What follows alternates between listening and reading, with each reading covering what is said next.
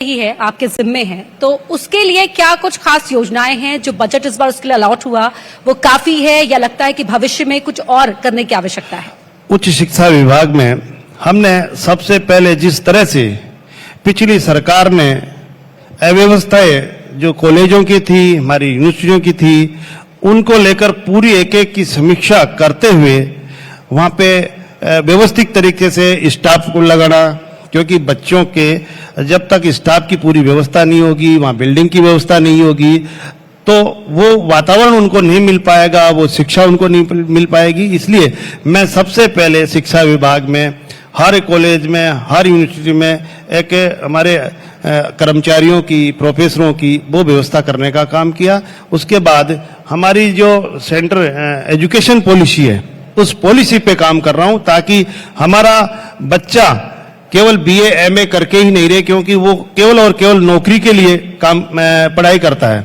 लेकिन अब जो नई शिक्षा नीति है उसमें यह है कि स्किल उसके साथ कोर्स हो, और अगर स्किल का कोर्स अगर हमने कर दिया तो निश्चित रूप से वो बच्चा एक नौकरी लेने वाला नहीं, नौकरी देने वाला बने। इसके लिए हम काम कर रहे हैं कि हम ऐसी उनको स्किल डेवलप करें उस कोर्स के साथ साथ, ताकि वो दुनिया को नौकरी देने लायक बने, एम्प्लॉय नहीं एंटरप्रेन्योर बने। जी, आपकी सरकार इस दिशा में काम कर रही है। तकनीकी शिक्षा विभाग पर मैं अब आ जाती हूँ क्योंकि वो भी आपके जिम्मे ही है।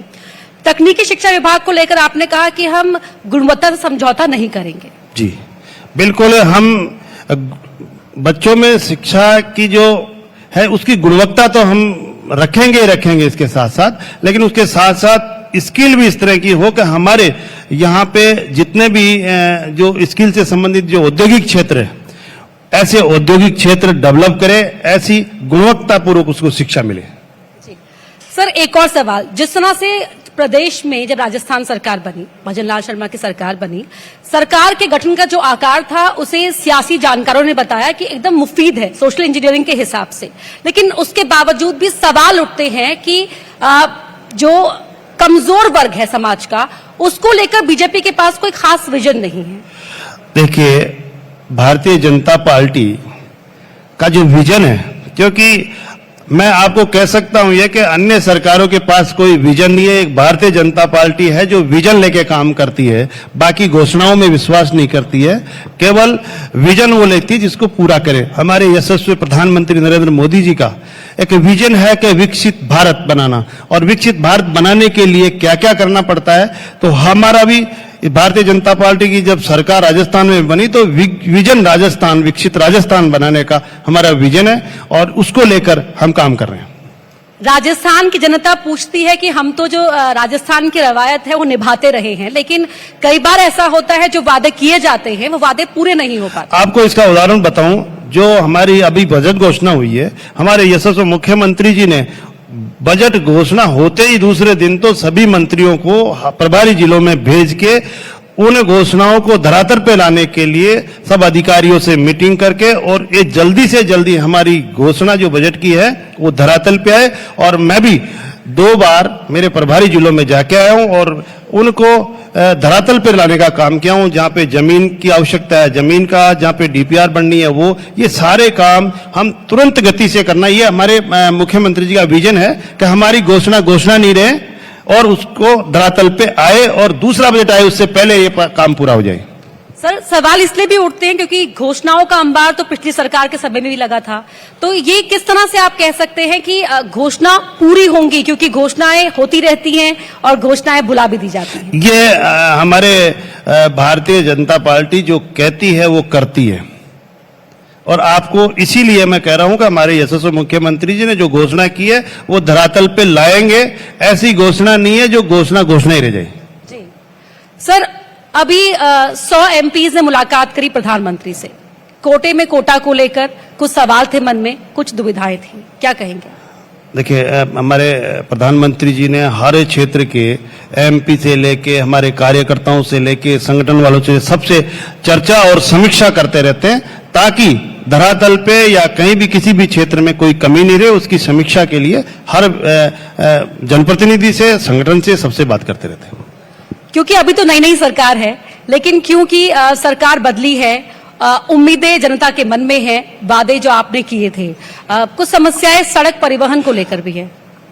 देखिए, सड़क परिवहन को लेकर जो सड़क सुरक्षा का काम है, ये हमारे लिए बहुत महत्वपूर्ण है, जिसमें हमारे जो जन्म लेता है और अगर वो युवावस्था में अगर कई एक्सीडेंट में खत्म हो जाता है, वो हमारे लिए, हमारे क्षेत्र के लिए, हमारे परिवार के लिए और हमारे देश के लिए क्षति है। उसको रोकने के प्रयास कर रहे हैं हम। हर समीक्षा करता हुआ मैं इसको ज्यादा से ज्यादा हमारी रोड दुर्घटनाएं जो होती है वो कम हो, इसके लिए मैं कार्य कर रहा हूँ।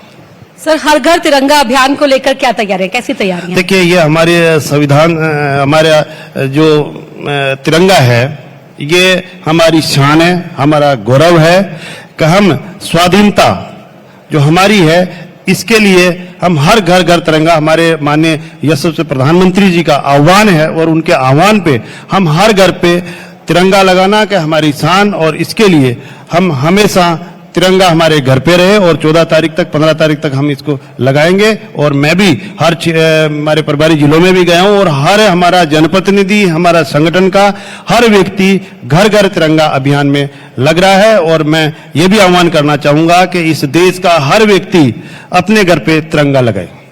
बहुत बढ़िया सर। तिरंगा आन बान शान है हम सभी की, हमारी आन बान शान का प्रतीक है। जी सर, अब एक और सवाल, क्योंकि जो योजनाएं कागजों पर तैयार की जाती हैं, जमीन पर उतारी जाएं उससे पहले ही कुदरत की कुछ और प्लानिंग भी होती है। इस समय हम देश के अधिकतर हिस्सों में, राजस्थान को मिलाकर देख रहे हैं कि किस तरह से बारिश के बाद की जो स्थिति है।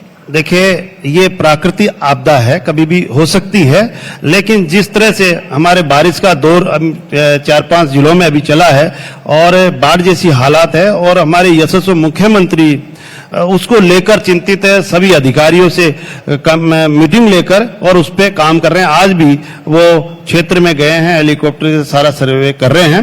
और इस तरह से हमारा हर एमएलए, हमारा हर जनप्रतिनिधि, हमारा हर मंत्री हर क्षेत्र में जाकर और इस चीज का सर्वे कर रहे हैं और अधिकारियों को लेकर उसका समाधान करने में लगे।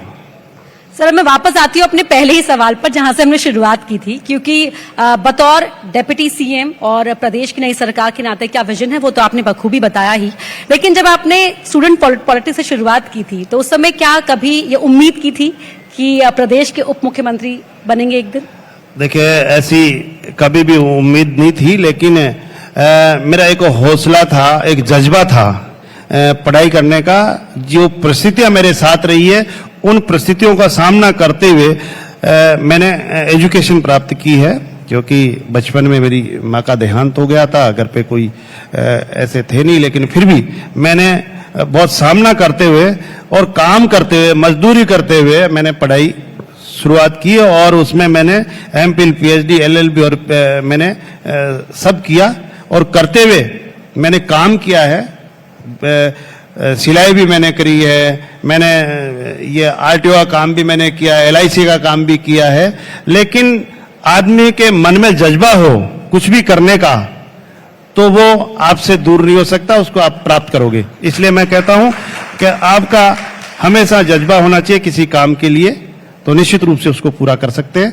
तो मैं कहता हूं किसी बड़े व्यक्ति या बहुत पैसे वाले व्यक्ति को भी अगर आप कहीं भी पढ़ने भेज दोगे, अगर उसमें जज्बा नहीं है तो वो कुछ नहीं कर पाएगा। और अगर कोई आदमी काम कर रहा है, 24 घंटे काम कर रहा है या 18 घंटे काम कर रहा है, उसमें से भी वो समय निकाल कर वो पढ़ाई कर सकता है और उसमें अपनी शिक्षा, अच्छी शिक्षा हासिल कर सकता है। सर, आपका सियासी जीवन ही परिचय है इस बात का कि संघर्षों का सफर आपने किस तरह से तय किया है। दूदू की जनता जो आपसे उम्मीदें लगाए बैठी है, क्या आपने सोचा है अपने निर्वाचन क्षेत्र के लिए?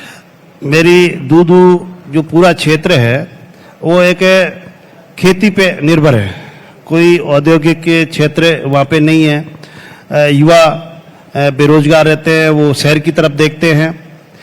तो मैं ये चाहता हूँ कि वहाँ पे सड़क, बिजली की सुविधा तो हो ही हो, उसके अलावा औद्योगिक क्षेत्र वहाँ डेवलप हो, जिससे हमारा वहाँ का युवा बेरोजगार नहीं रहे और वहाँ पे अपना धंधा करे। इसके लिए मैं औद्योगिक क्षेत्र में काम करूँ। सर, एक और सवाल, जिस तरह से डबल इंजन की सरकार जहां भी रहती है विकास को रफ्तार मिलती है, रोड मैप जो है क्या उसमें कुछ गड्ढे हैं या वो गड्ढे भरे जा रहे हैं? देखिए, मैं आपको पहले ही कह रहा हूं, हमारा जो रोड मैप तैयार होता है उस रोड मैप के सारे गड्ढे भरे जाते हैं जो हमने तय किया है। हमारे को ये काम करना है, ये विजन लिया है, उस विजन को पूरा करेंगे। जी, युवाओं को बहुत उम्मीद है, खासतौर पर न सिर्फ आपके समाज के युवाओं को बल्कि प्रदेश के हर उस युवा को जो अपने जीवन काल में परिस्थितियों के साथ संघर्ष कर रहा है। निश्चित रूप से युवा हमारा देश का, हमारा परिवार का, हमारा क्षेत्र का गौरव है। आने वाले भविष्य उनका, और उनके भविष्य को संवारने के लिए, उनकी प्रतिभा को संवारने का हम काम करें। इसके लिए निश्चित रूप से युवाओं के लिए हम एजुकेशन में, हम औद्योगिक क्षेत्र में, सब जगह युवाओं के लिए काम करेंगे, क्योंकि आने वाले भविष्य में वो युवा ही है। जिस तरह से हमारे यशस्वी प्रधानमंत्री जी जो काम कर रहे हैं, युवाओं के लिए विकसित भारत का जो सपना संजोया है, वो हमारे आने वाले युवाओं के लिए ही है कि उनके हाथों में सौंपना चाहते हैं विकसित भारत। सर, एक और सवाल, जो आरक्षण को लेकर, रिजर्वेशन को लेकर तमाम तरह की चीजें कही जाती हैं विपक्ष की ओर से, आरोप भी लगाए जाते हैं और दुविधाएं भी बनाई जाती हैं, कुछ सवाल खड़े किए जाते हैं। कैसे आप समाज के युवाओं को या समाज के लोगों को संदेश देना चाहेंगे इस मंच के जरिए, न्यूज 18 के मंच के जरिए? देखिए, आरक्षण को लेकर जो अफवाहें फैलाई जाती है वो अभी चुनाव में इन्होंने फैलाई, लेकिन मैं आपको विश्वास दिलाता हूं कि जिस तरह से हमारे यशस्वी प्रधानमंत्री नरेंद्र मोदी जी ने जो हमारे दलित और पिछड़ों के लिए जिस तरह से वो काम कर रहे हैं, जो लास्ट पंक्ति में बैठा व्यक्ति है उसको आगे लाने का काम कर रहे हैं, और उन्होंने आगे होके कहा कि कभी भी हमारा आरक्षण खत्म नहीं होगा। और जिस तरह से माननीय हमारे बाबा साहेब भीमराव अंबेडकर जी की जिस तरह पंच तीर्थ निर्माण वो करके बताएं, और हर जगह अंबेडकर जी का जो पंचतीर्थ निर्माण है उनको ही लेकर उन्होंने काम किया है, और हमारे समाज का मान और सम्मान बढ़ाने का काम किया है माननीय यशस्वी प्रधानमंत्री जी ने। तो मैं मानता हूं कि उनका एक विजन है कि मेरे दलित पिछड़े लोग हैं उनको मैं मुख्य धारा में लाऊं, और उसके लिए वो काम कर रहे हैं। इसलिए ये अफवाहें हैं। बाकी मैं सभी युवाओं को यही संदेश देना चाहूंगा कि कभी भी आरक्षण के प्रति कोई छेड़छाड़ नहीं होगी। सर, एक और सवाल, जिस तरह से अभी बांग्लादेश में जो परिस्थितियां बनी हैं, हालात जो बने हैं वहां पर, उनको लेकर कुछ नेताओं ने, भारत के ही नेताओं ने कुछ बयानबाजी की है, तो क्या